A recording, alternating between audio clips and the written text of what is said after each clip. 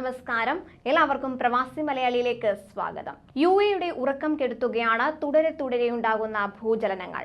ഇപ്പോൾ ഷാർജയിൽ നേരിയ ഭൂചലനം അനുഭവപ്പെട്ടതായുള്ള റിപ്പോർട്ടുകളാണ് പുറത്തു വന്നുകൊണ്ടിരിക്കുന്നത്. ശനിയാഴ്ച ഉച്ചയ്ക്ക് 3:30 സംഭവം. അൽ ബത്തീഹിലാണ് ഭൂചലനം ഉണ്ടായത്. റിക്ടർ സ്കെയിലിൽ 2.4 തീവ്രത രേഖപ്പെടുത്തിയതായി ദേശീയ കാലാവസ്ഥ നിരീക്ഷണ കേന്ദ്രം അറിയിച്ചു.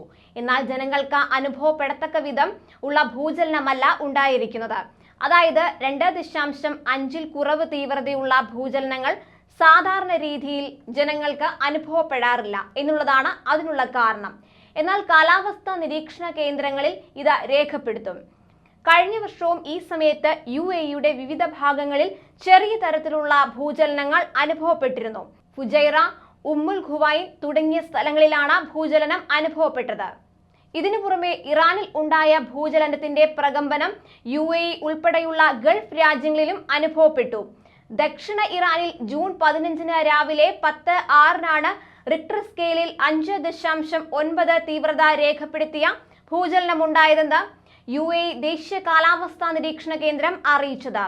ഭൂചലനം കാരണമുണ്ടായ പ്രകമ്പനം അനുഭവപ്പെട്ടവർ ആശങ്കയിൽ സമൂഹ മാധ്യമങ്ങളിൽ പോസ്റ്റുകളിട്ടു.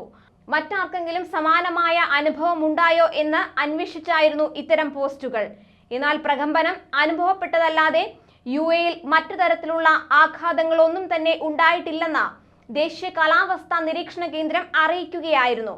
അമേരിക്കൻ ജിയോളജിക്കൽ സർവേയുടെ അറിയിപ്പ് പ്രകാരം യുഎഇക്ക് പുറമെ ബഹ്റൈനിലും സൗദിയിലും ഖത്തർ എന്നിവിടങ്ങളിലും പ്രകമ്പനം അനുഭവപ്പെട്ടു.